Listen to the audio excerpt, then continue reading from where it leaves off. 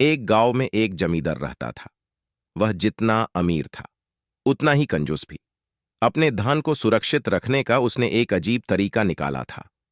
वह धान से सोना खरीदने लगा और फिर उस सोने को गलाकर उसके गोले बनाकर अपने एक खेत में एक पेड़ के नीचे गधा खोदकर दल देता था।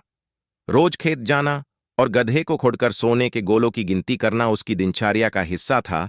इस तरह वह सुनिश्चित करता था कि उसका सोना सुरक्षित है।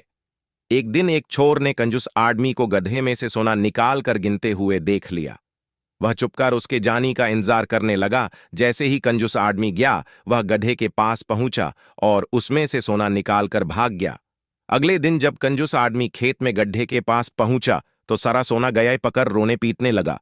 उसके रोने की आवाज वहां से गुजराते आदमी के कानों में पड़ी तो वह रुक गया।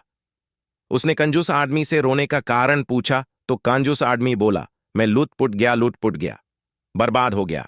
कोई मेरा सारा सोना लेकर भाग गया। अब मैं क्या करूंगा? सोना किसने चुराया?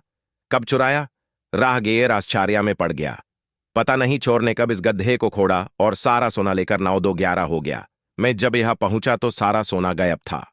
कंजूस आदमी बिलाकते हुए बोला, गड्ढे से सोना ले गया, तुम अपना सोना यहां इस गड्ढे में क्यों रखते हो? अपने घर पे क्यों नहीं रखते? वह जरूरत पड़ने पर तुम उसका आसानी से उपयोग कर सकते हो। राहगीर बोला, मैं अपने सोने को कभी हाथ नहीं लगाता।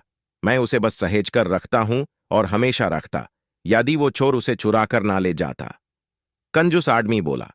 यह बात सुनकर राहगीर ने जमीन से कुछ कंकड़ उठाई और यूं से उन गड्ढों में डालकर बोला, यदि ऐसी बट है तो इन कंकड़ों को मिट्टी से ढक दो और कल्पना करो कि यही तुम्हारा सोना है, क्योंकि तुम्हारे इनमें और तुम्हारे सोने में कोई अंतर नहीं है। ये भी किसी काम का नहीं है और तुम्हारा सोना भी किसी काम का नहीं था।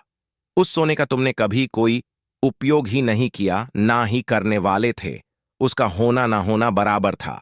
सीख, जिस धन का कोई उपयोग ना हो उसका कोई मोल नहीं होता।